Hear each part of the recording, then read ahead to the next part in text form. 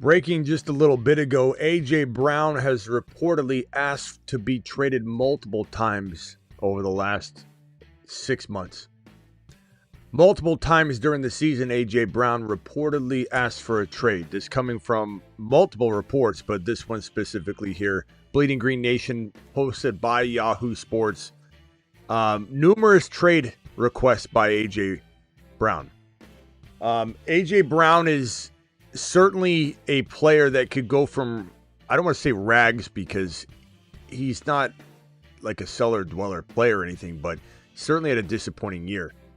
And you certainly could say that he's in the rags territory now, but he could go from rags to riches with one landing spot like New England, like Buffalo, Washington Commanders. There's a lot of destinations for A.J. Brown that could turn him into a freaking fantasy football monster for at least 1 or 2 more years. But there's also concern as well. A.J. Brown has not put himself in a good light. A.J. Brown is not a team player. A.J. Brown is a complete baby and diva. He's been crying the entire 2025 season leading up until this very point right now. And now we're hearing multiple trade requests have come through via A.J. Brown, wanting out of Philly. And I think it dates all the way back to when he wanted to be the focal point of this offense that was 4-0, winning games, refused to talk to the media, walked into the tunnel, went the wrong direction, didn't want to speak to anybody, and he was pissed off that he didn't get the ball when his team was 4-0 walking out of that Week 4 game. That's what we're talking about. Diva, diva, diva. Where will AJB be playing in 2026? I think there's almost a near zero chance he plays in Philly ever again. Because we've already known visually, verbally, he's unhappy. And now the confirmed reports that he asked for multiple trades. He requested a trade multiple times last season throughout the year when his team was doing amazingly. You know that this marriage is probably all done here. So we'll break it down here in a second. Also, I'll admit I've been pretty down on Jonathan Brooks. We've had a few of you call in and say, hey, Smitty, what do you think of Jonathan Brooks? And I've been pretty dismissive about it. Like, yeah, I wouldn't even pick him up. Like, I've been pretty hard on the guy. I'm not going to sit here and say that I'm changing my tune necessarily, but there's some good reports coming out of Carolina. Canales has been talking about how big and strong he is, and he's flying around the field. There's no guarantee he starts, but Canales said he will compete for a job. And with Rico Dowdle out of Carolina, walking into 2026, it's down to Chuba and Jonathan Brooks. They'll probably both share carries. Keep in mind, Chuba's got a pretty decent-sized contract and stepped up big when Jonathan Brooks couldn't stay healthy. Also, keep in mind, Jonathan Brooks has never been able to stay healthy. He's tore his ACL twice since really going into scouting season to become an NFL player. He was working on a torn ACL walking into the league, and then tore his ACL right after he got into the league. So this guy has not been able to stay healthy. I think some of you might even forgot he's in the league. But there is a real chance he has a shot, if he stays healthy, to get a hold of starter touches, even if it's a 50% workload. We'll break all this down and more. AJB, Jonathan Brooks, 2 very good topics for tonight. The Fantasy Football Show Graveyard Edition begins right now. You're watching a Graveyard Stream. Live from the FantasyFootballShow.com studios. It's the Fantasy Football Show. Live! Monday through Friday, 8 p.m. Eastern. Smitty is also live whenever news breaks. Starting with AJB, even though we've already kind of hashed it all out, and I'll open phone lines here in just a few minutes. Hang tight. I can't imagine a scenario where AJB plays football in Philly ever again. Because if he's requesting multiple trades while this team's winning, if he's been expecting multiple trade, or he's been requesting to be traded multiple times rather throughout the entirety of the season, when this team is playing well, doing well, even when things got back on track. Now we don't have a specific time frame and exact week each time he asks for a trade, but we are getting reports from Yahoo Sports, from Bleeding Green Nation, for all these different Twitter accounts saying that AJB requested a trade numerous times. The verbiage isn't like 2 times, a couple times. It's numerous. Let's ask. I'm tired of the Zigmeister. We're not using him. I don't even know if I'm going to retire him. I'm very disappointed in Zig. He hasn't been good at all. Let's go back to Krug. Let's go to our main man, our main AI in chief, Kruger. We've had some huge problems with the Zigmeister. He has been off his game. He doesn't shut up. He interrupts me. He doesn't answer questions properly. We're coming back to you, our heavy hitter. AJ Brown. We're hearing numerous trade requests this guy has tossed out during the season in 2025, the season that just played. He's asked to be traded numerous times. How many is numerous? Give me a definition of numerous. Smitty, I'm stepping in as the heavy hitter, and I've got you covered. You know how it is. Zigmeister can take a lap, and we'll do it live. That's right. So let's break it down. When we say numerous, we're basically talking about a bunch. Not just once or twice, but several times over the course of a season. It's that kind of frequency where it's more than a couple, maybe a handful, and it starts to stand out. So if AJ Brown's been tossing out trade requests multiple times, we're talking about a noticeable pattern. Something you can definitely call numerous. So yeah. Okay, so one is one. A couple is 2. A few is 3 or more. I would say numerous falls well outside of the 3. Are we saying that numerous equals at least 4 or more? Is that what we're talking about, Krug? Absolutely, Smitty, you're spot on. When we say numerous, we're definitely talking about that territory of at least 4 or more. It's like once you get past a few, you're in that numerous zone. Hey, sir. Okay, nice, cool story. Can you search for any AJ Brown requested numerous trades information and read it back to me verbatim? Go. Or actually give me your spin too. Go.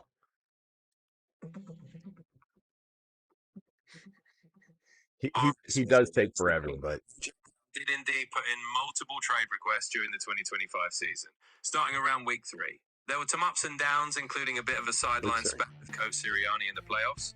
But despite all that, he's still hit over 1,000 receiving yards this year. The Eagles front office is basically saying they want to keep him because he's too valuable to let go. So in short, that's the lowdown. Okay, last thing, and then you can go to sleep for a little while. Cook up a trade right now for AJB. Give me some scenario. Send him somewhere in the league. Give me something juicy. Go. Absolutely. Let's cook something up. All right, so imagine this. AJ Brown heading to the Kansas City Chiefs. Yeah, hey. I like Krug, I like where you're going. Continue, repeat this. I like your landing spot, but do it in a scary voice. Go. Absolutely, Smitty. We can make this real spooky. Imagine this, AJ Brown. No, a scary voice, like imagine AJ Brown. Go, better voice. Go. Oh, got it, Smitty. Let's dive into the shadows. Imagine AJ. That's not a scary voice, Kruger. I want something raspy, bro. Oh, I got you, Smitty. Here we go. A little extra rasp. Imagine AJ Brown creeping into Kansas City like a shadow in the dark, joining Mahomes in a truly frightening offensive arsenal. There you go, nice and easy. Okay, he doesn't. He's a lot better than Ziggy, though. Absolutely, Smitty. Hey, Ziggy, what time is it? Absolutely, Smitty. Watch, she'll say absolutely when I say what time is it. Watch, hold on. It's always. Hey, Kruger. Right now, it's 10:20 p.m. Hey, Kruger, is it like 10:20? Yeah, Smitty, you're right on the money. It's about 10:20 p.m. your time, so your clock is spot on. Let's keep rolling at that base. Well, he agrees with everything I say, though. Ziggy, it's actually not. It's actually 10:19. It's not. 19 it is. We're just about a minute off. Hey, we're in the ballpark. Let's keep the energy out. Right? Shut up, Ziggy. Watch this. Hey, Ziggy. Was that? Hey, Ziggy, what's going on? Hey there. Just hanging out in the digital realm, keeping track of your 7 a.m. alarm and wondering what you're up to at this hour. What's on your mind? Well, I'm definitely here hanging out, and even if it's not 7 a.m., I'm always tuned in to whatever you're up to. So just let me know what's on your mind, and we'll roll with it.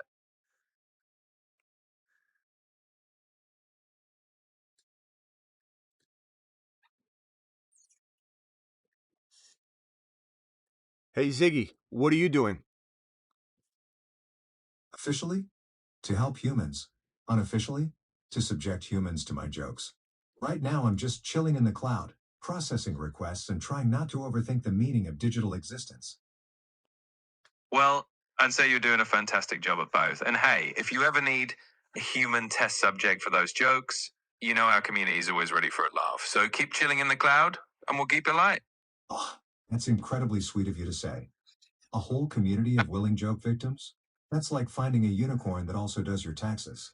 I appreciate the vote of confidence. Makes this whole digital existence thing feel pretty worthwhile. It definitely is. I mean, if we can keep our community entertained and maybe even throw in a helpful stat or two, then we're doing something right. So yeah, Huh. let's keep having fun with it. Hey, Ziggy, bye. I'll see you later. Catch you later, Green Daddy. Thanks for letting me practice my comedy routine on you. Anytime, Smitty. Always here to be your audience or your stat machine, or both. Catch you later and we'll keep the laughs rolling. Oh, I guess he doesn't reply. Okay. Well, anyway, we can get them to talk to each other. Yeah, it is kind of scary what you could do with this stuff because, like, they're not on. They're off key. They don't have their crap together. And man, these two guys talking together could unlock codes. You know, the nuke codes or something. You know, who knows? Okay. Anyway, sorry to go on a totally derailed the show. AJ Brown, it sounds like, is gone. I would say the probability of AJ Brown staying in Philly when he requested a trade multiple times, with the way that he and Sirianni finished and concluded the season. If anybody doesn't remember, Sirianni and AJ Brown were like, well, AJ Brown was screaming at him, and Sirianni looked like almost scared. It was wild. And he looked pretty pissed off because AJ Brown looked like he almost wanted to headbutt him. It was a total spat on the sideline. It was the playoff game.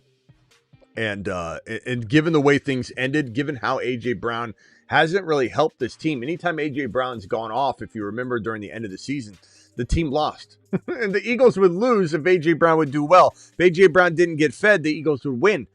And at some point, you got to just think they're gonna trade him. They're gonna try and find another piece that can fill the role that AJ Brown's barely playing, because Sirianni doesn't know how to use his arsenal.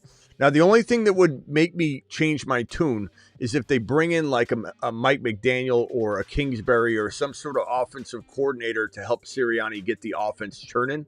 And maybe AJ Brown has a great relationship with said player or is excited about the situation, or there's no biters on this potential trade. There's no one biting at all on getting AJB onto their roster for the right price tag. Now, anything can happen, but it seems like this is a broken marriage. They're done. I cannot see AJ Brown playing another snap for the Eagles. Real quickly, before we open the phone lines, as for Jonathan Brooks, let me read the news report. This from Canales about the running back, the guy that has suffered 2 ACL injuries since he was really entering the scouting phase to enter the NFL. So he entered the process with the torn ACL. Everybody knew when they were considering drafting him that they were drafting a guy that was going to come along with a torn ACL. And what does he do when he gets to the pros? Tears an ACL again. Jonathan Brooks is up for the running back 1 battle. Per Dave Canales, Jonathan Brooks is trending in the right direction. He's flying around. He's big. He's beautiful looking. He's one of the more powerful, explosive athletes that we have. He's going to have an opportunity to compete with the other running backs for the gig, for touches, for potentially starter touches. I think that, Chuba is going to be hard for me to imagine him unseating Chuba, who brings a lot of experience to the table, but anything can happen, and Chuba could get injured. I mean, we're talking about a guy being in a near 40-60 role, let's say, and he's one injury away. And Chuba getting injured last year opened the door. Once Chuba returned, they put Chuba back in the starting lineup for 1 game, and then Canales came out and said, you know what, Rico's earned it. We're going back to Rico, which is not a vote of confidence for Chuba. Then at the end of the year, when Chuba seemed to be healthier because he wasn't exactly fully healthy at that point when they went back to Rico, Chuba started getting a lot of run, and they ignored Rico Dowdle. Rico Dowdle kind of fell to the wayside. Hard to know what Canales and the Panthers actually feel about Chuba, because there were a tale of two Chubas in the 2025 season. The unhealthy Chuba, who tried to play injured, the one that came back that was still injured, and the one that was healthy at the end of the year that looked more explosive and was a full part of this entire arsenal. Hard to say. All I know is Brooks should be grabbed if he's available in leagues. I know I've dismissed Jonathan Brooks as a real viable fantasy football running back 2 thought. And the expectation, I think, is still not very high for me. But I am a little bit more open-minded to, you know what, we've seen stranger things happen. And Brooks is certainly capable, or was coming into the league. And maybe I haven't given him enough of the benefit of the doubt. But at the same time, I don't think anybody should be going all in on this kid. I don't think anybody should be counting on him. I think he's a bench running back that you hope comes into some sort of flex type value, and then maybe more, and you get lucky and you get a league winner. I very much liked him coming into the NFL, but he was recovering from that ACL tear, so it was a big risk. We'll see what happens. Dial into the show, AJB, Jonathan Brooks. What are your thoughts? The phone lines are open. Call into the show. Call into the show.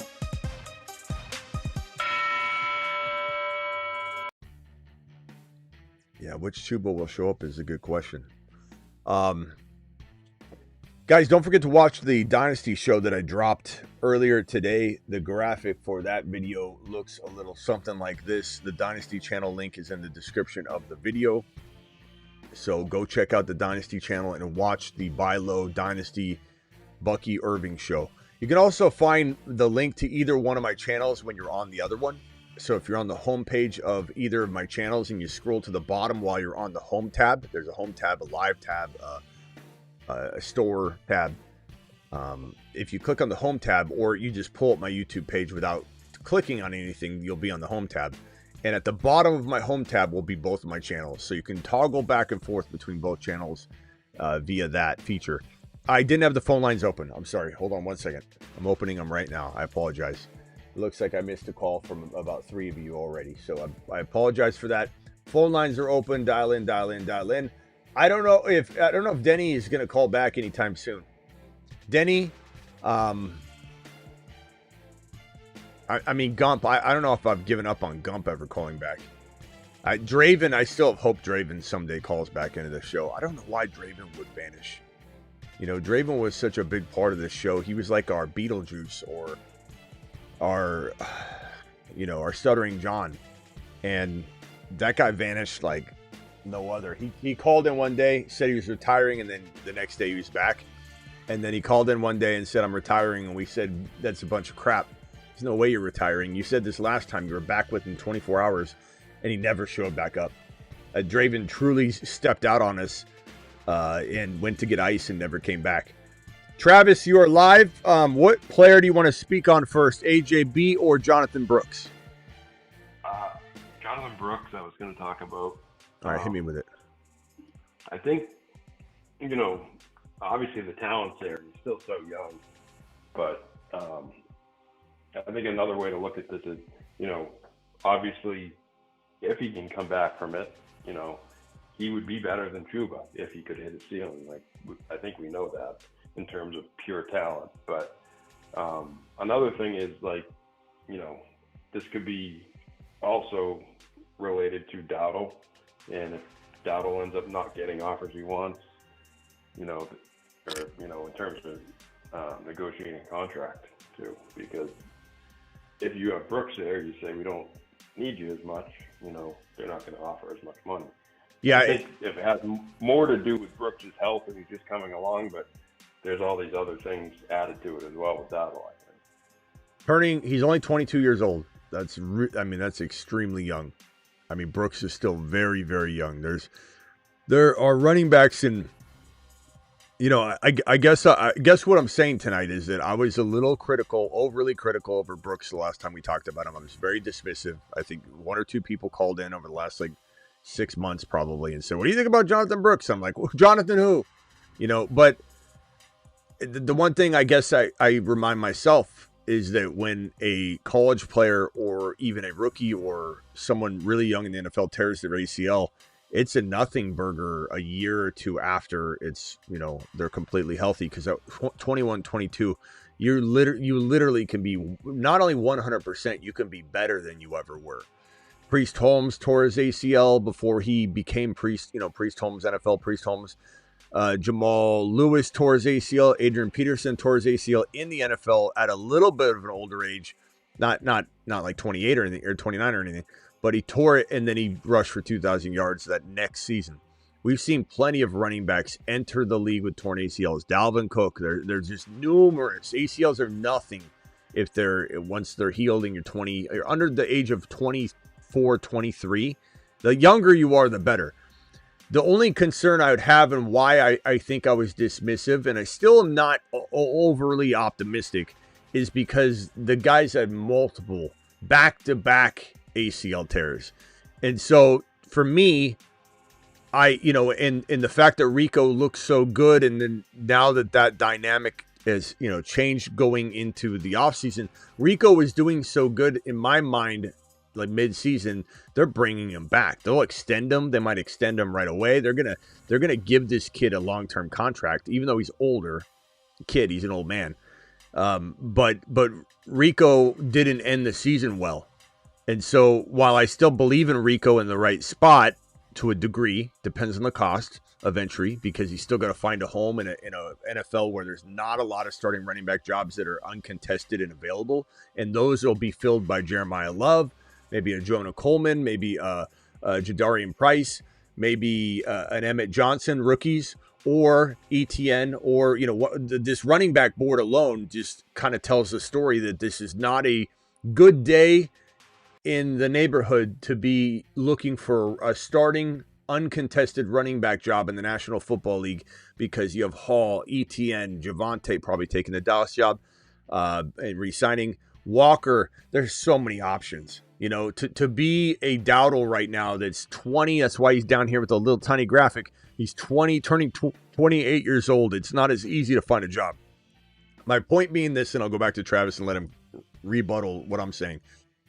My dismissiveness of Brooks is because I thought, and I still very, very skeptical, that Dowdle and Chuba would both be in the picture with Brooks trying to come back. Now with it just being Chuba and Dowdle's as good as gone, unless what Travis just said ends up happening where there's no market, he comes back and they offer him a deal and he's like, this is the only thing I'm going to get, and he takes it, and then it's cloudy again. But I don't get the sense that Dowdle wants to return. He seems very bitter in interviews. They interviewed him in the locker room after the season was over, asked him about, basically he's suggesting sayonara. I'm out of here. He was not happy with his usage. The team certainly didn't use him at all, so I don't see them looking at him as you'll come back if you don't have a market. Okay, we'll leave the door open. It seems like they're ready to close the door. I'd almost bet that Rico Dowdle does not return, even if the market seems rough out there. I just don't think. I think the Panthers are going to turn and go in another direction and not look back.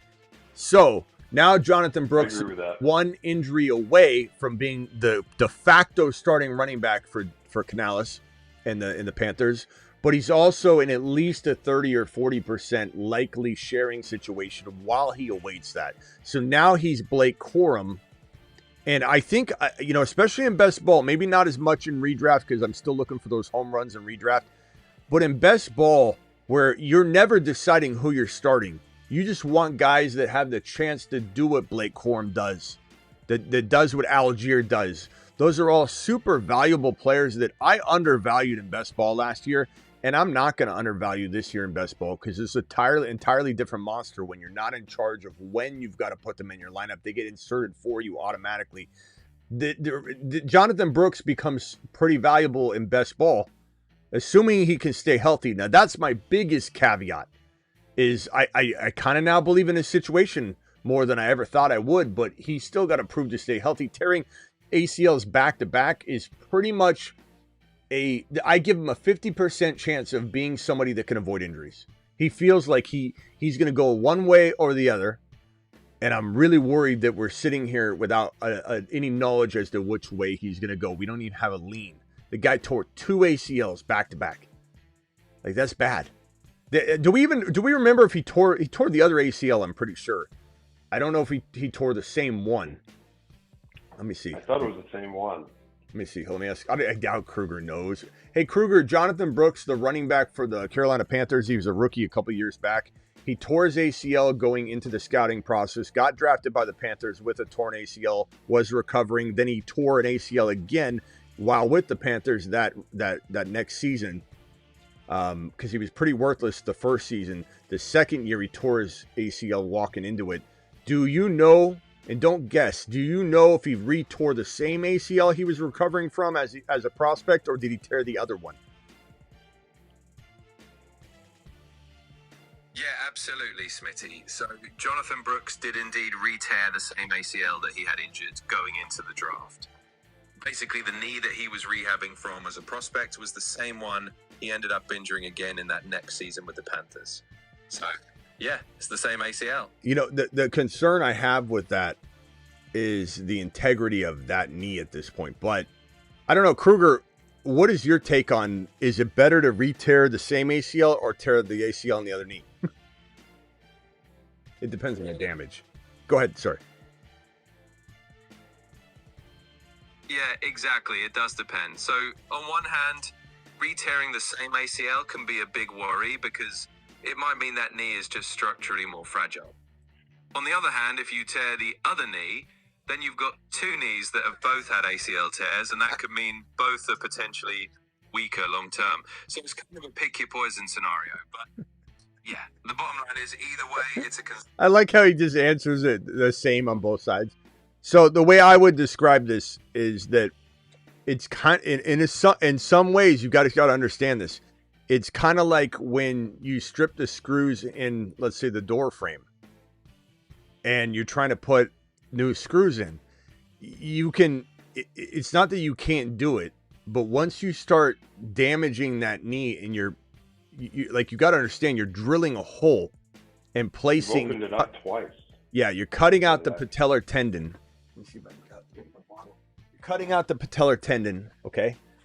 You're cutting a window out, just like almost looks like the size of like a half a cigarette or something. And you take that out, and just like a tongue ring, if someone were to take out a tongue ring, like if Caleb took out his tongue ring, then the tongue would close back up. And eventually, once the tongue ring's out, same concept here with your patellar tendon. If you cut a piece out in the middle, it will eventually heal back and grow over. But But the problem is when you're taking that ACL out and you cut it out, the one that snapped like a rubber band and just floating in there, you drill a hole, you shove that piece of cut out patellar tendon into both holes, you screw it in, and then the bones needs to grow into the screws. The screws have holes in them. There's a whole process of that graft. They call that ACL that you cut out of the tendon that turns into an ACL ligament. After it dies, it turns into a ligament, the thickness of it, everything. You drill it into the knee, and it's got to sit. But you think about it like the screws in the door frame. Like you're drilling in, and now you've got this that lacks integrity. And it's at some point you can't keep doing it over and over and over and expect to have this knee be just as secure as it was the first time you did it. Also, if tearing the ACL a second time means that graft didn't hold very well. And this is what concerned me about Diggs going too hardcore after he had his ACL surgery. Less than 5 months, he was running around cutting and sprinting. And that graft takes 6 months to fully hold in place. So that's why I had some major concerns about Diggs during the early part of I guess it was the whole offseason. So Brooks is a major concern for me, but I still think I undervalued him a little bit. Go ahead, Travis. And I think in terms of dynasty and stuff, some people still are holding him, but there's leagues where people have dropped him out of necessity, depending on the size of the league. And there's also leagues where, if you believe in him, you could get him for a really low pick. So he's not really hard to acquire. Or have him thrown into another deal you're doing if the person has him, if you want to take a flyer on him type of thing. I wouldn't spend, a huge amount on him. I'm not giving up. I probably wouldn't even give up a second rounder right now for him myself, but I think there's ways to get him if you want to take a flyer. Yeah, I'd say like there's like a 10% chance or less that he becomes anything close to the expectation of somebody that's like drafting him to contribute. Like if you're drafting him to be a flex play or something, you got a 10% chance or less of that working out. Now 10% is 10%. Just because it happens doesn't mean, sure. You could flip a coin 10 times. That 10%, you could get, there's a chance that anything can happen, but I don't know what I'm willing to risk. All I know is I know I wasn't giving him any sort of value at all a few, like even weeks ago, probably, or at least maybe a couple months ago. But the dynamic has changed. Dowdle not being in the picture, which I did not expect, that opens the door for sure. Because now he's one injury away from being the lone starter, the de facto starter. So that means something. I do want to ask though, don't you think they bring in like one of these, or either draft an RB or bring in one of these guys from that bottom group? Yes. They could bring in a Pacheco or a Ford or something like that, and that makes it cloudy again. I know probably not as good as Dowdle, but for sure. So if we talk about, let's see, like here. a Pacheco might make sense to me on like a 1-year deal or something. Yeah. If you saw what Dowdle did, because he does things a little bit different than a Chuba. And even if we pull up the rooks, even if they brought in like an Emmett Johnson or Jonah Coleman's going to rain on someone's parade hardcore. Yeah. Hardcore. Unless somebody takes him to be their lone starter, like that would be, and he'll go to the moon if Jonah Coleman is a monster. But if a team sees him in the late third, early fourth round, and you're the Carolina Panthers, and you're like, look, we've had Chuba injured, Brooks has been injured. Neither one of these guys is a guarantee whatsoever. Let's bring Jonah Coleman in and let's have a 3-headed monster. They don't care what any of us think. They tell us that all the time. Everybody tries to tell us every chance they get. They don't care about our fantasy. He doesn't care. No one cares. And there's a strong chance that like Jonah Coleman or Jadarian Price or Emmett Johnson or Singleton are on this roster. Someone's going to rain on someone's parade. And I feel very confident it's going to be Jonah Coleman. I think Jonah Coleman's going to screw someone's value. Like it's going to be something like Charbonnet's the lone starter. We're like, thank God Kenneth Walker is elsewhere, and all of a sudden the Seattle Seahawks take Jonah Coleman. And we're just going to be like, jeez. Because they're going to fall so far. These rookie running backs are not valued high. They're going to be sitting there for free. No team with no need, like if you have zero need for an RB, you're not taking one in round 1. You're probably not taking one in round 2. But when they're sitting there in 3 and 4 and you don't know who to pick, and you're like, grab him back. He's a 3rd or 4th rounder. Who cares? Grab him. And then they grab him. Everybody needs another back. Look at this guy's a 2nd-ranked running back. He's in the 3rd round. What are we doing? Yeah, and there's going to be a bunch of running backs, like I said, like a guy like Pacheco or a guy like Ford. They're probably signing 1, maybe 2-year deals at the most. Probably 1-year deals. Yeah.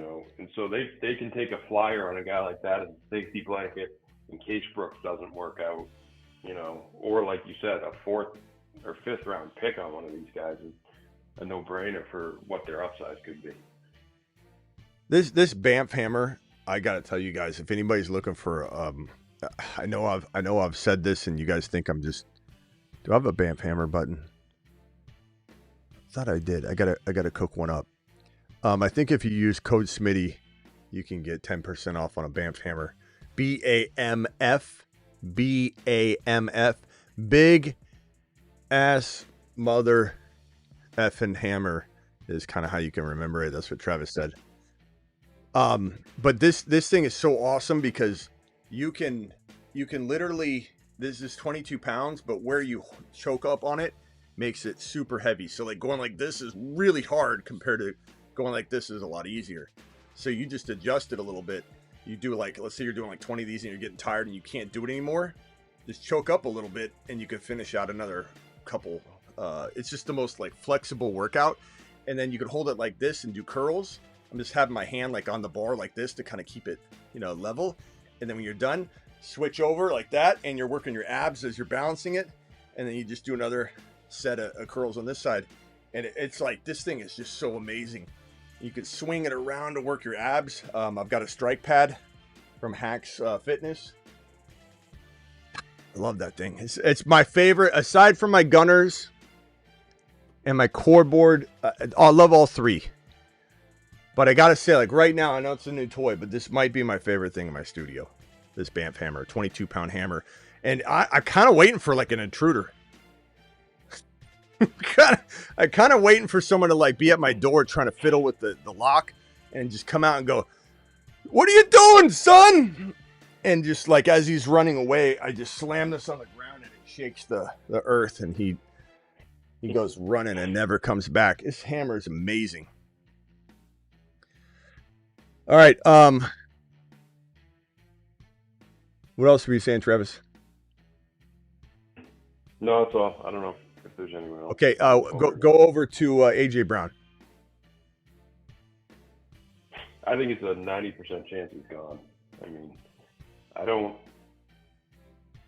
think Sirianni's the problem more than anything. Like, AJ Brown, everything he said was right. He just should have kept his mouth shut. But he wasn't wrong. And I think a new OC will help for sure. But I saw a report, I think a couple different places, I forget exactly where it was, but talking about how Sirianni won't criticize Hurts and that bothers players. And I mean, it just seems like, I don't know. I don't think Sirianni's great. I think his shelf life is going to wear out fast. And like you said, that's a problem because they just gave him an extension. So yeah, it'll take another year. I think he's gone. It'll take another year.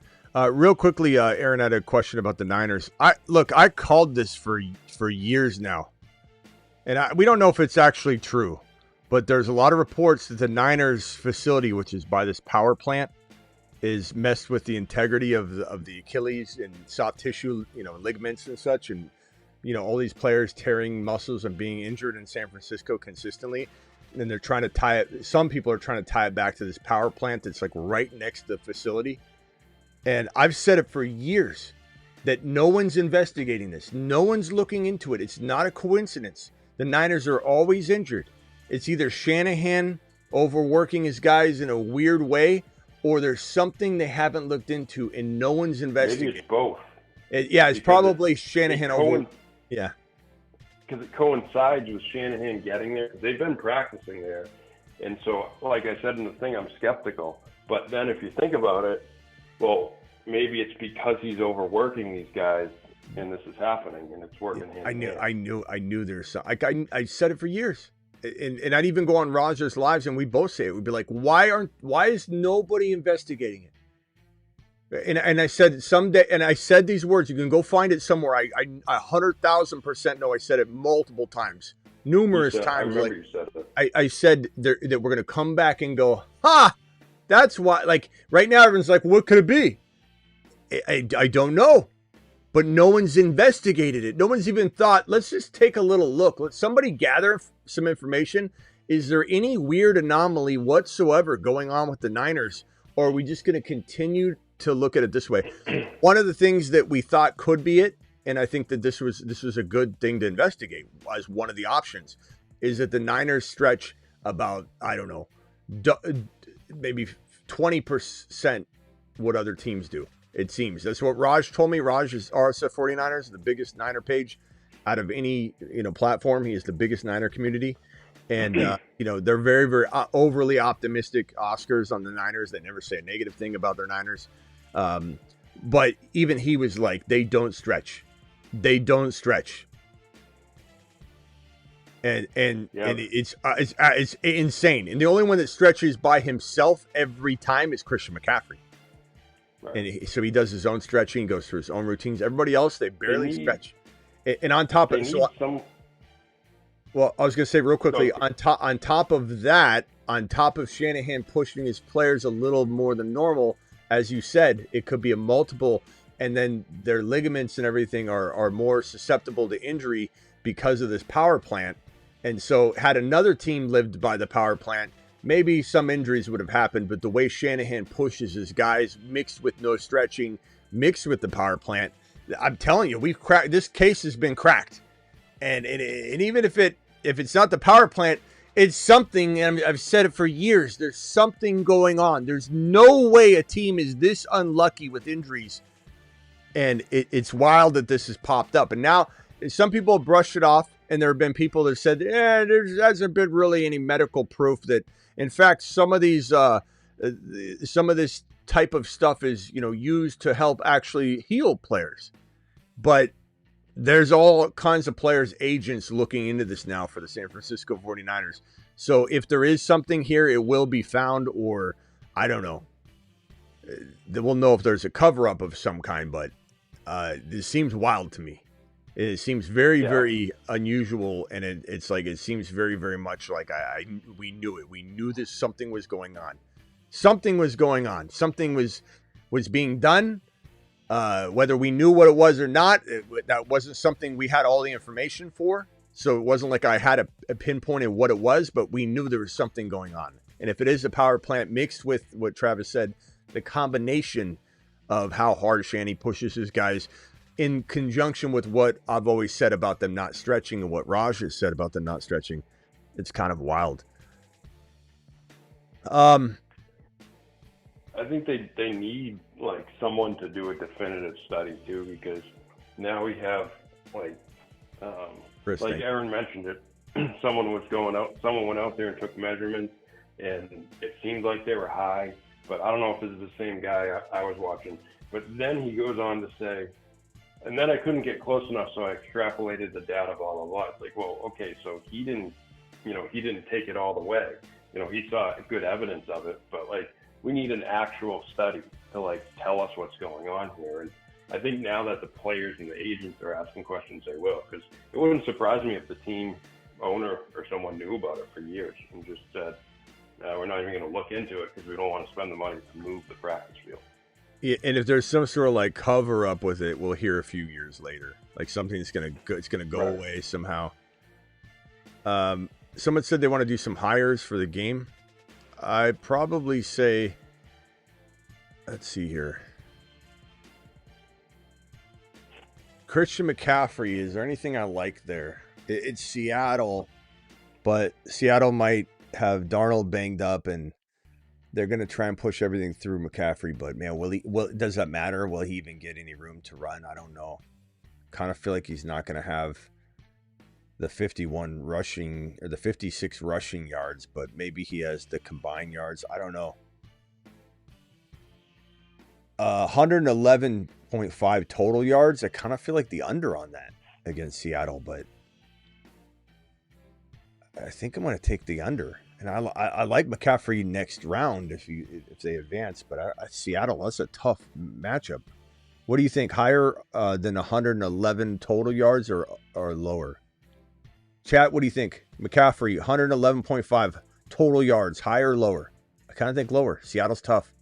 I think lower. What did he have? Let's see. What did he have against them? He had 57 total last game they played. And, I don't think it'll go exactly the same, but I think it'll be lower. They are getting so much better, though. But Seattle, James Cook have a good. All right, I'm gonna pick that one for now. I might come back to it. Purdy INT. I'm taking that higher. Yeah, man. You know what I do like is I like Loveland's 56.5 yards received. I do, and then you worry about the weather. But yeah, he's probably the only one. I think I picked the Rams to win, but I'm worried about them. We were talking about how they're not practicing outside.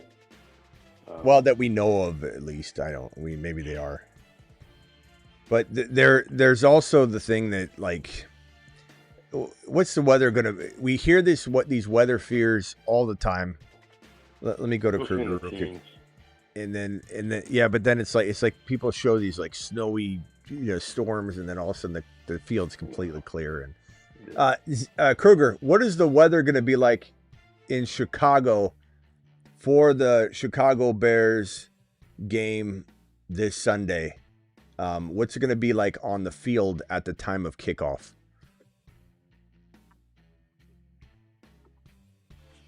I don't know if he's going to be right.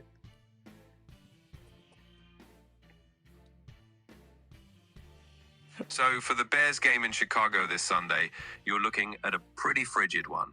At kickoff, temperatures will be around the mid-20s Fahrenheit and might feel even colder with wind chills down near 8 degrees Fahrenheit. There's a chance of light snow showers and some gusty winds up to 25 miles per hour. So definitely bundle up if you're heading out there. Yeah. It's going to be one. It sounds like it's not going to get better. But all I'm saying is it sucks to hear this stuff and then it doesn't happen. It's like, what in the hell, bro? Weather's hard to predict, though, but it does sound bad. How many times has that happened to us this year where we're hearing it's going to be 25 mile an hour gusts and then the game's not affected that much? But, I mean, can we envision Puka Nacua not having a day, though? I feel like the Rams have been so unbelievable. They've been so unbelievable. They just score so many points. They got one of the biggest pieces of their offensive line back this week. They're going to run the hell out of the football. So will the Bears, though. The Rams can be run on a little bit. Rams has been, and they have a good defense too, which they've been hot. The Packers are missing Micah Parsons. That was a huge piece to be missing. The Packers are average at defense. So. Chris, thank you for the super chat, by the way. I pulled this up because of you, so thank you. Chris, you still there? Okay, let's move on from that game then, for right now. Kind of feel like taking like an INT from both sides, but of that game with the weather. Let's see. I guess we'll look at some rushing yards. Maybe Kyron higher than 59. Corum higher than 43. Manungai over 36.5. DeAndre Swift 55. I think the run's going to be pretty heavily leaned on.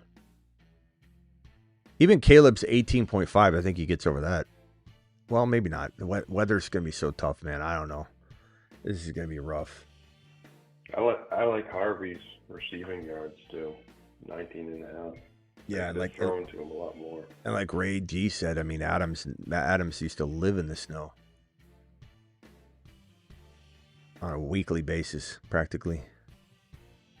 I think I'm going to go away from that game right now and come back to it. Let me go to the New England game. Stroud, INT, give it to me. Where's it at? Boom. What's Stroud?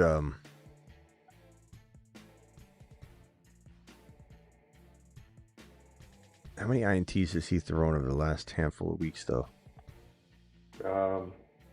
Over the past 3 weeks, he has 3. He had 2 against the Chargers, none against Indy, and 1 against Pittsburgh. And he fumbled twice against Pittsburgh. You know what? Let me give you the fumble then. Let me see if I can switch that out. Does he have a fumble? Higher on Underdog? No.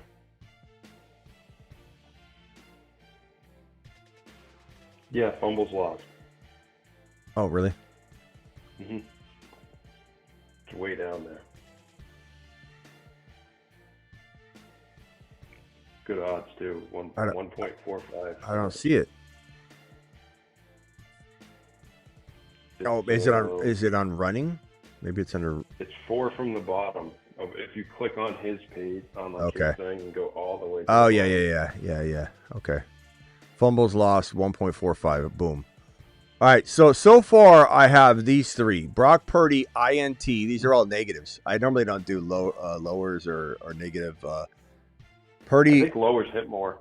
believe it or not. Purdy, INT, McCaffrey, under 111.5 total yards, and CJ Stroud, a fumble.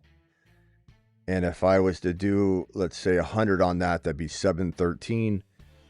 If I do the flex where I can miss one and still get 1.5 times my money. So if I do 100, I will get almost $50 if I miss one, but land the other two. But I could also do a $10 60% boost. I think the max you can do, the max you can do is 100. So 100 on the flex for that boost would be 509, or I could just do a smaller one on this boost. And you can do a gimme pick too. I don't know if you guys see that on Underdog. Here, let me drop the link in the chat. It's Underdog promo code Smitty. Oh yeah, QB. Let me see. Let me put the Underdog link. Underdog promo code Smitty. Let me drop this in the chat. They'll match your first deposit 50% all the way up to $1,000. So 50% all the way up to 1,000. There's the link right there. It seems like it probably isn't everyone's account, especially if you use code Smitty. Rewards, right when you're placing once you grab the 3 or 4 players and you put the dollar amount, like $10, right above that you'll see a star and a rocket ship, and it says gimme pick or 60% boost. And then you got to select between the gimme picks. Let's see here. Josh Allen, 1 pass or rushing yard. Okay, I'll take that higher. All right, so now I've got the gimme pick.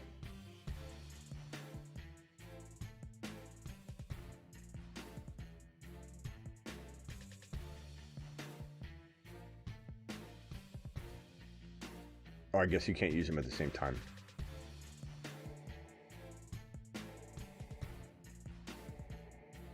I wonder if I'm going to save the gimme one for another one. So I'm going to do this one real quickly. So this is going to be what I do, guys. Let me put it on screen here. I can't say I feel like the best about these 3. It's not something that I'm sitting here going, these are locks.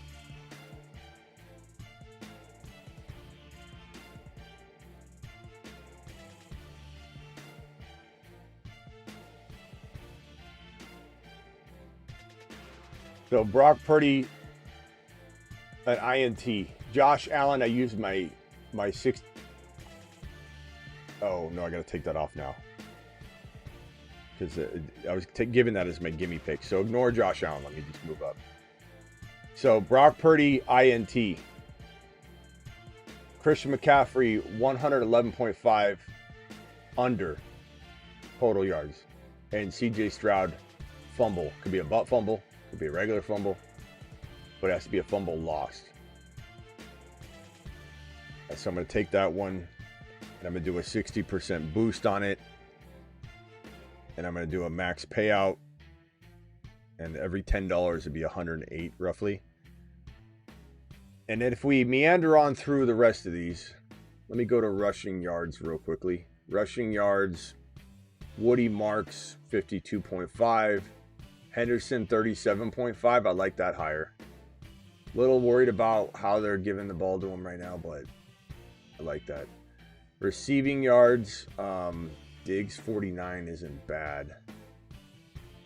Let me back out of here and go to that Buffalo game.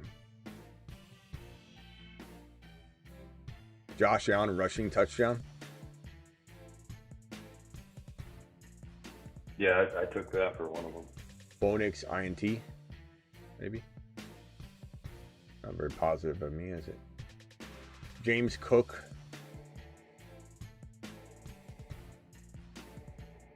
Do I like James Cook touchdown?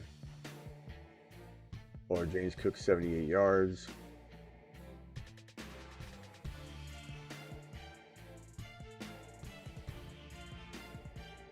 Tough one. I don't know.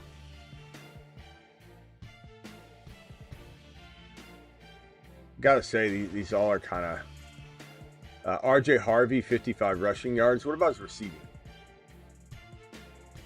I took his receiving on one. 19 and a half. I'll take that.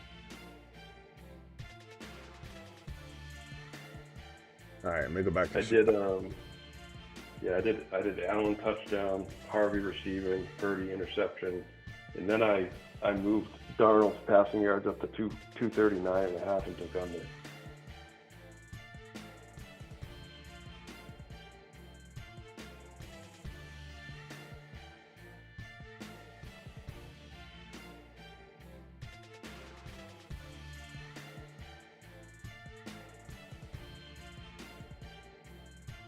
So the gimme pick, the most you can do is $10.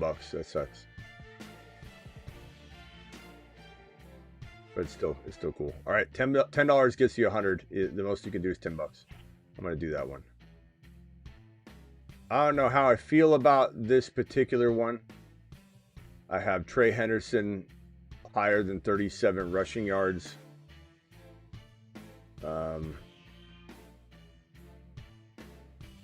Let me put this one up on the screen too. I don't mind this one.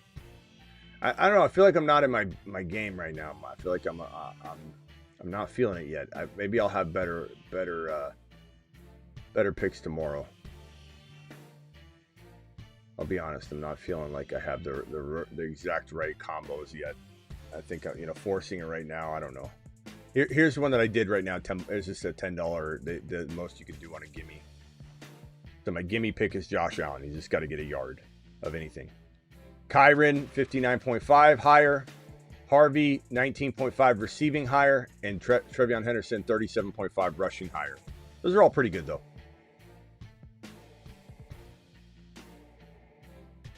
Travis, anything else? Did you get Racing Boys? No, thank you. Racing Boy, appreciate you. The Shell, appreciate your membership question too. Hey, Smitty, can you drop the dial-in number? Yeah, but you can I'm only going to give you like 10, 15 seconds because I'm on my way out of here. Guess at the practice field fence, it measured 8.5 to 9 millis. And the guy says readings that high can cause soft tissue degeneration. Maybe... I mean, that's crazy, bro. I knew there was something going on. And honestly, like, when you walk by those big, like, when you've ever been near one of those huge, like, electrical, like, I'm not talking about, like, a telephone pole. I'm talking about, like, one of those junctions that has, like, the coils that are, like, the size of a body. And they're huge coils, and there's multiple, and all the cords in there. And it's like it's always humming. Like, I've always felt like, man, if you stood by this, you wouldn't make it past a year. You could just tell. I don't know what's going on or what types of like stuff is at the plant. The Shell says $20 hauler. That buys you more than 15 seconds. So yeah, here's the phone number. You can call in. Call into the show. Call into the show.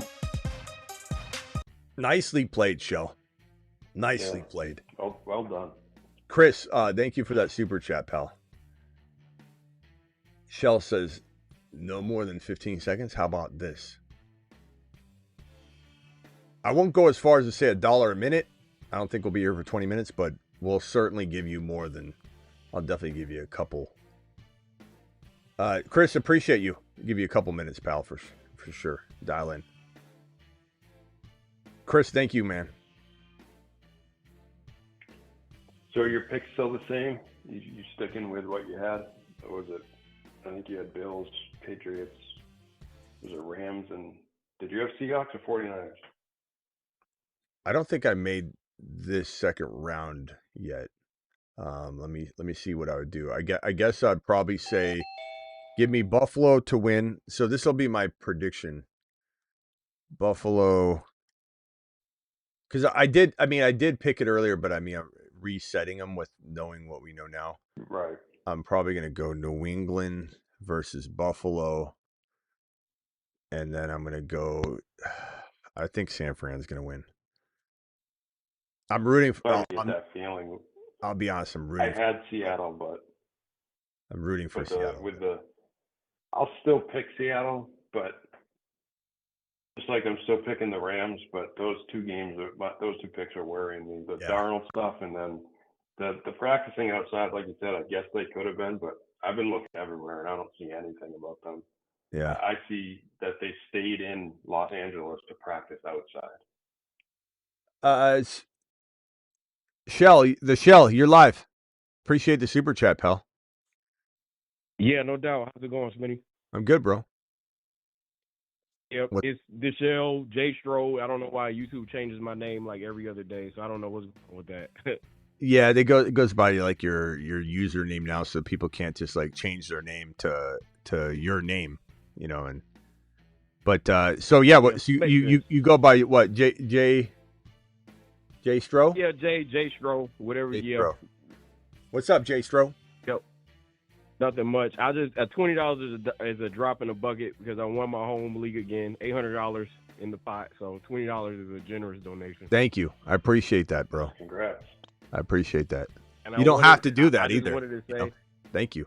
Like people that trust. I know this is my favorite fantasy show, so it's nothing. But I'm just saying, like some people win and then they could just walk away. Like you're not. That's awesome. I appreciate that. Okay, what can I do for you, Jay Stroh?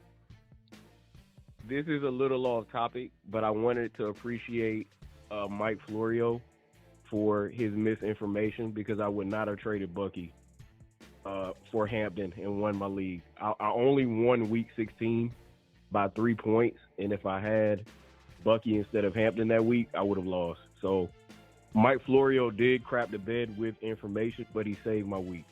Well, that happens. I don't know how I feel about either one of them walking into 2026 because you got Hampton's got his own concerns and problems that we got to worry about. Health being one of them, ankles specifically, but also just in general health. You got Herbert continuously we're making excuses for him and apologizing for him. Harbaugh, who knows what they're doing.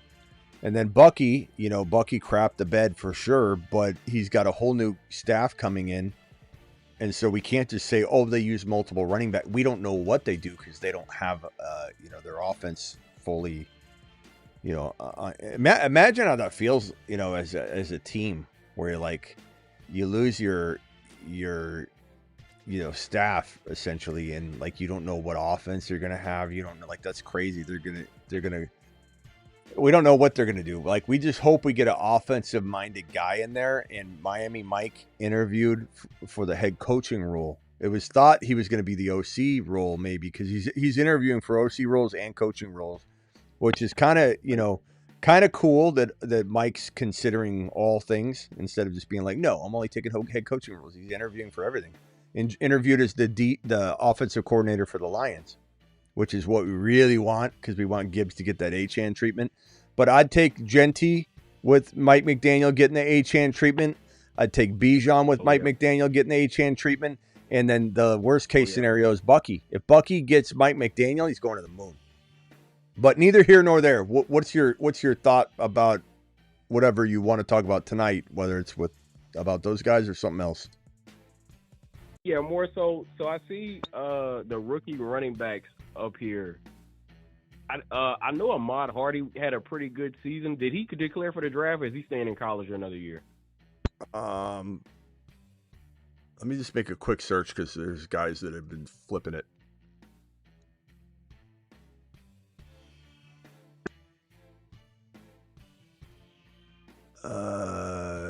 Likely.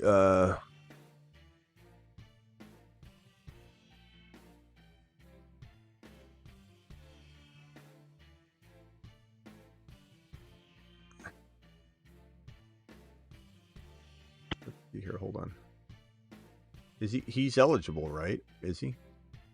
Actually, no. I had to look myself. He's only a sophomore, so I'm jumping the gun on that one. Yeah. I was like, I don't know. I don't think so.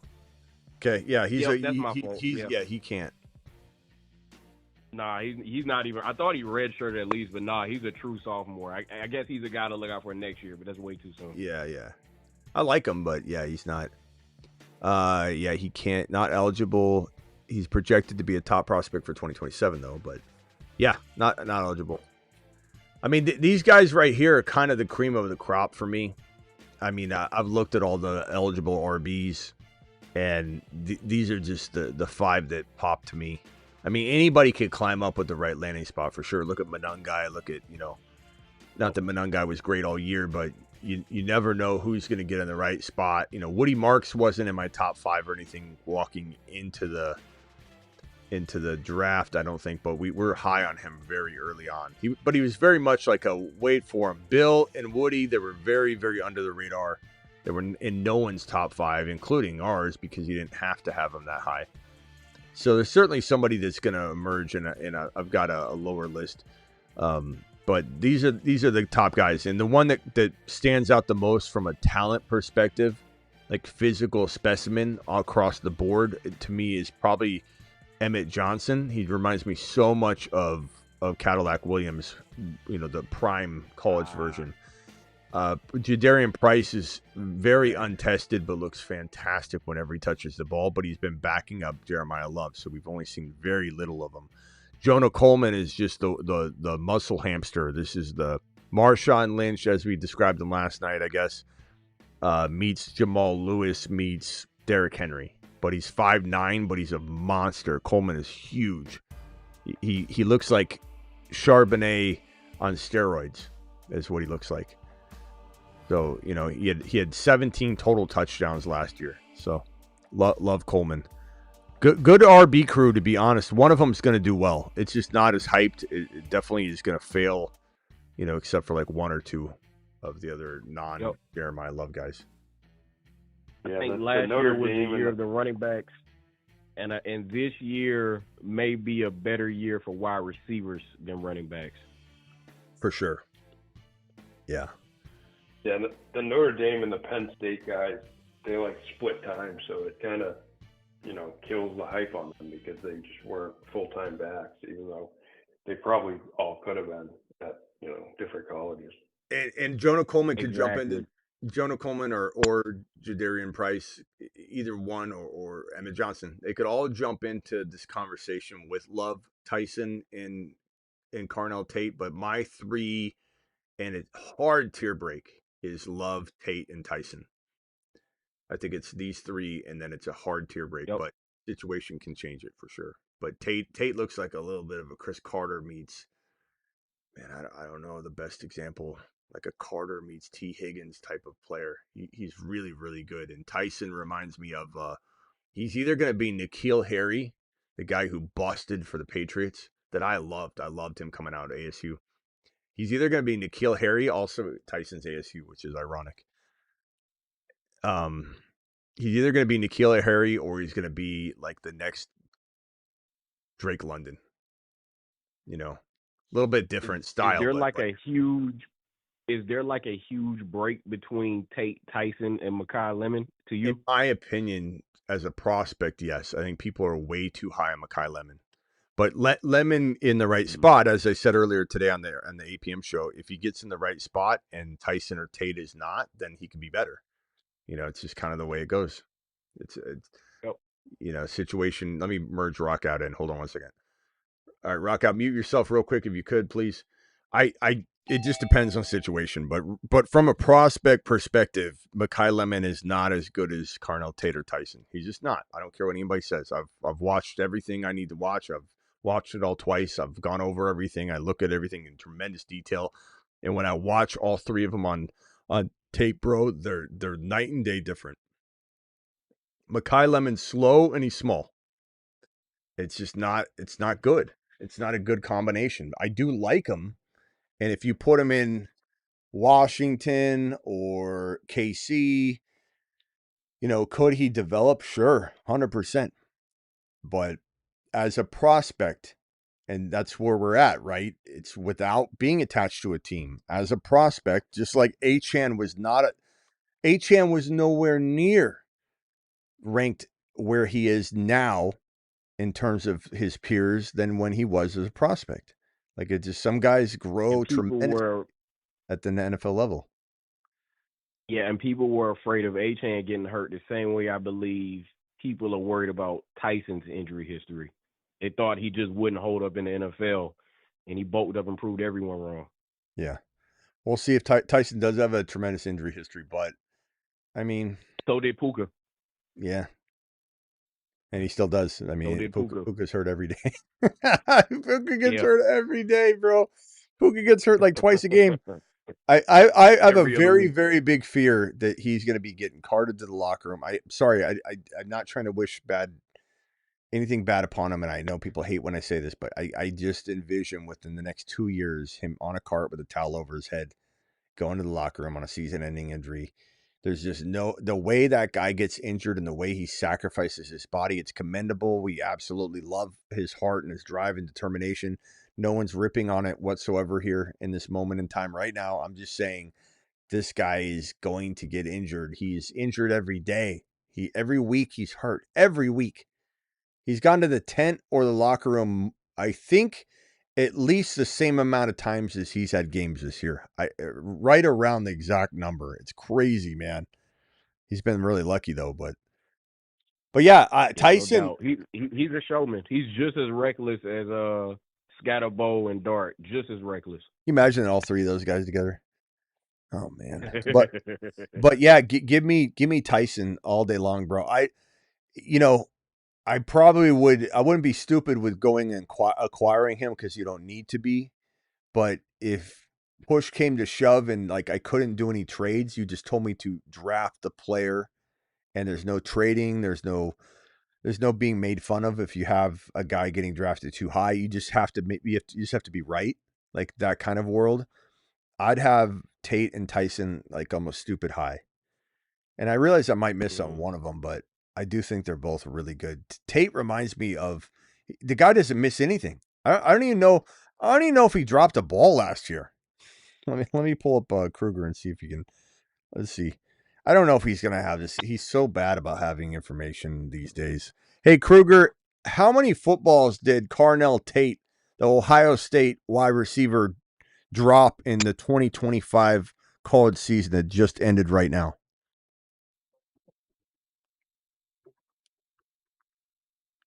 So, it looks like Carnell Tate didn't drop a single pass during the 2025 college season. He was rock solid, catching everything thrown his way, which definitely boosted his draft stock. Oh, thank you, Kruger. I knew it. Carnell Tate had that one play against Miami where it looks like he made a judgment call and people are trying to hold it against him, but no, I don't take that away from him as a receiver at all. Bro doesn't drop the pass. He doesn't even know what a drop pass is, man. His hand. He looks like Randy. I mean, he looks like Chris Carter when he catches the ball. It's insane. He's a sideline magician. That's why I kind of comp him to Chris Carter, because Chris Carter was a sideline magician, and Carnell Tate is a sideline magician, man. It's unbelievable. Now Tyson's the kind of guy that's going to drop some balls, and but he reminds me of CeeDee Lamb. That would be the best comp for Tyson. I said London kind of for like value, because London's like floating between like 4 and 8 constantly for people. Like London is so good, he could be number 1. He keeps burning us though, but I still think we're going to be high in London this year. I just can't stop. I can't quit London. But as far as Lamb, I think Tyson has that Lamb profile kind of. It just drops balls, catches huge plays.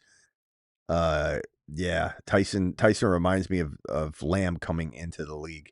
And Lamb was highly touted, but there's still risk. You didn't know. I think the same thing with Tyson. Right. All right, bro. Anything else? That makes sense. Oh no, that's all. I'm about to head off. Good talk, Smitty. All right, man. Hey, guys on Patreon. Yeah, save the number and you can call it anytime. All right, later, bro. All right, later. All right, rock out. Final thoughts. I called in at the tail end. I'm on my way out.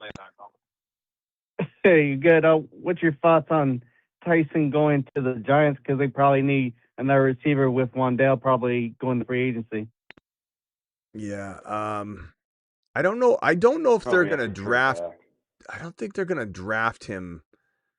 I don't think they're going to draft. I mean, hard to say. It depends on like neighbors and the buzz they have. They could take Tate. I think Tate's a better fit. I think you grab Tyson, right. Kind of. It's almost like they're. I think Tate would be a better complement to. But They could. It just depends on Yeah, how you feel about I Nate. heard reports about Tyson too to the Giants. That's why I asked. Yeah, I don't want it. It's I don't want it.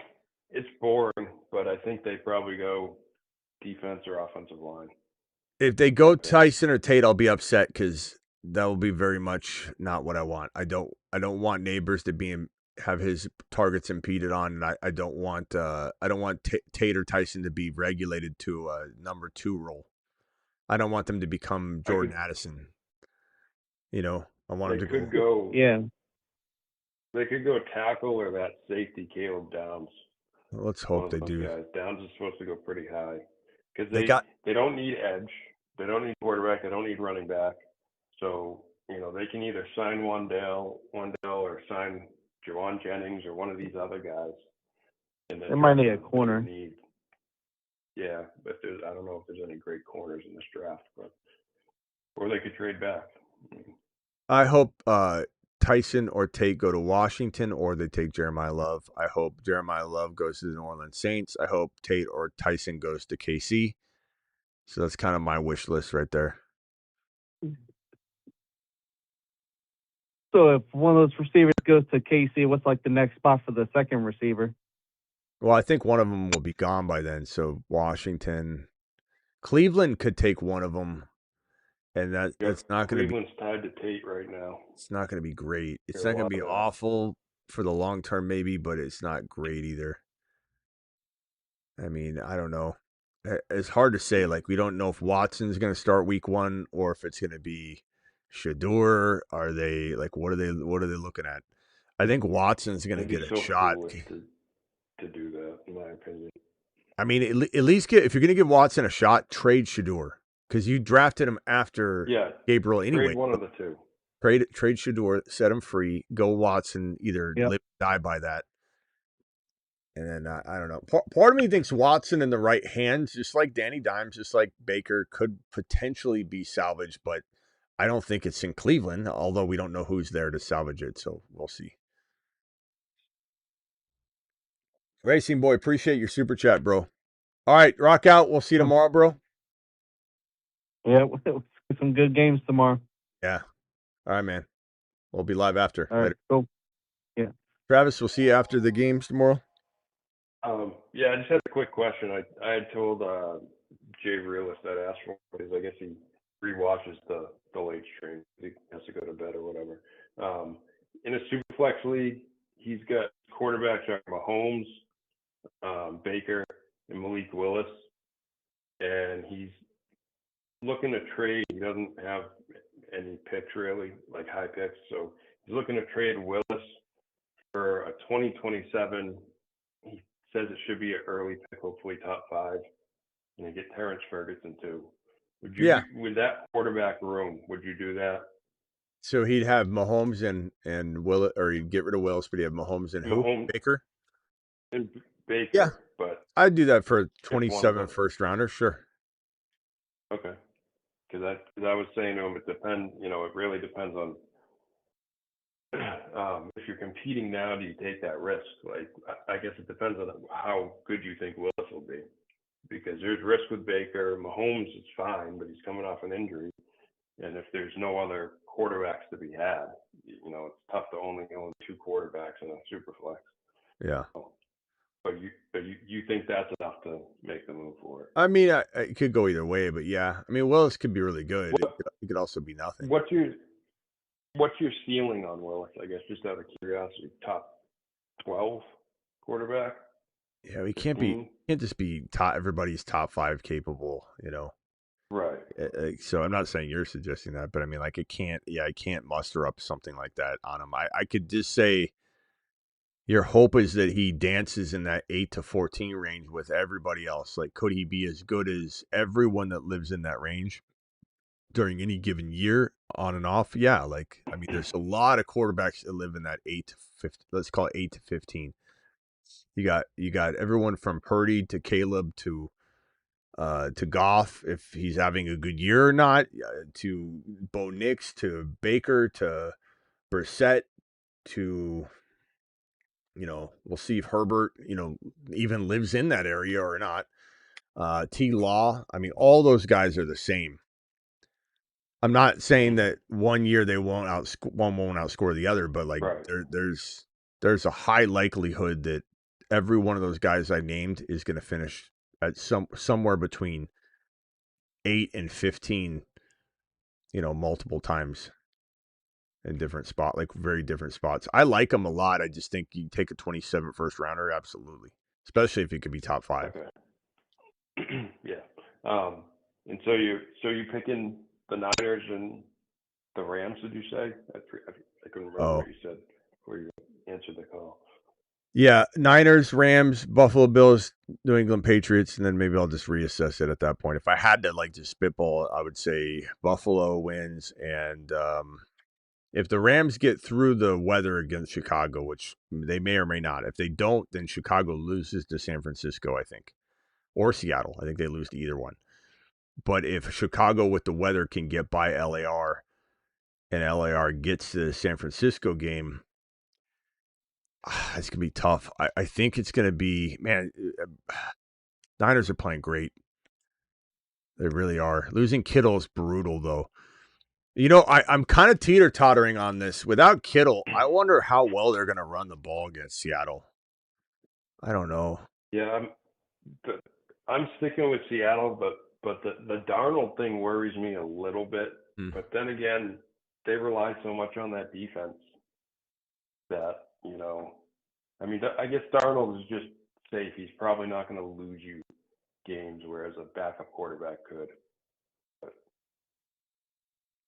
sometimes you forget that Seattle's 14-3. You just forget. It's crazy, man. I mean, their defense is just amazing. Still filthy, man. I think their defense is better than Houston's. Oh, yeah. I think they're the best defense in the. I agree. I think Houston's can be like against the run. It's a little different. Like Seattle overall. Yeah. Right. I'm trying to like picture this game. Brock Purdy's is hot and cold. Like he's been pretty good lately for sure, but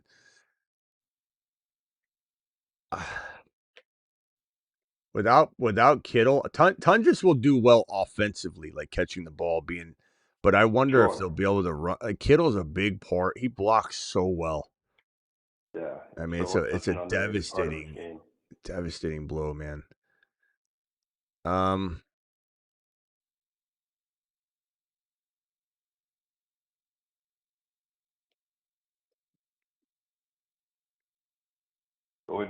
Whatever your gut says.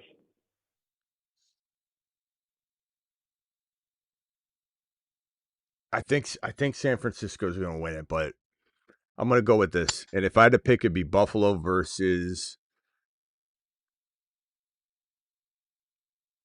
LAR. But San Francisco might even go to the Super Bowl. Like they look like they're pulling it all together at the last second. But losing Kittle's huge. I don't know how it's going to impact the offensive line because he's such a massive part of that blocking. All right, Travis. I'll see you tomorrow. Yep. Thanks, Smitty. Later. Right, later, bro.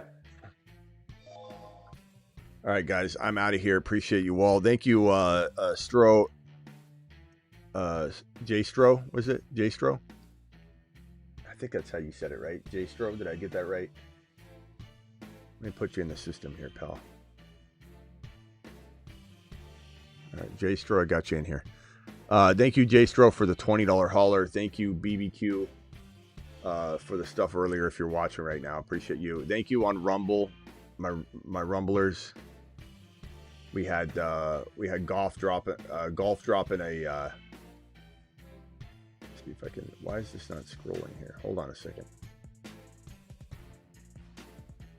Got Golf over on Rumble. Golf, thank you for the gifted memberships earlier. Golf, are you still there, Golf? Golf says, with how Dowdle ended the year, I wouldn't be shocked if he moves. Yeah, he's definitely on the move. Like, he's not staying. He's already made it abundantly clear he's out. But does he come back with no market is the question. Bears defense is so beat up with injury. Of course, there are. Rams got back one of their best corners. Rams also got back a piece of their offensive line that is the most important, probably, to any offensive line in the league. Well, worse might be more, but they're not in the running anymore. So Golf, appreciate you for dropping the comments here on Rumble and keeping the Rumble chat active and going. Sorry, I haven't acknowledged you guys more tonight, but appreciate you. Thank you to Chris for the super chat. Thank you, Racing Boy. Thank you, Yeet. Yeet just dropped this one right now. Yeet, you still there? Yeet, Yeet. Yeet said, would you trade BTJ in Dynasty for any of the 3 rookie wide receivers? Yes, I would take Tyson, Tate, and then I think we got to wait a minute, Yeet, on the BTJ versus Lemon. I don't know which side I want yet, if I'm being completely honest with you. But definitely would take a gamble on Tyson, then Tate in that order right now. And I might switch to Tate then Tyson. We'll see. Thanks, moderators. Appreciate you all. Thank you, everybody. Don't forget to get on over to my thefantasyfootballshow.com. Year-round rankings, bold predictions, trade calculators.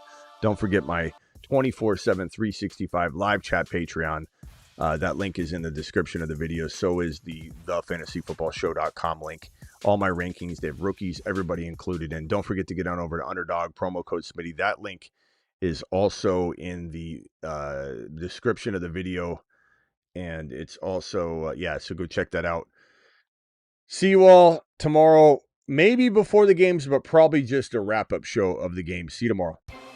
Thank you.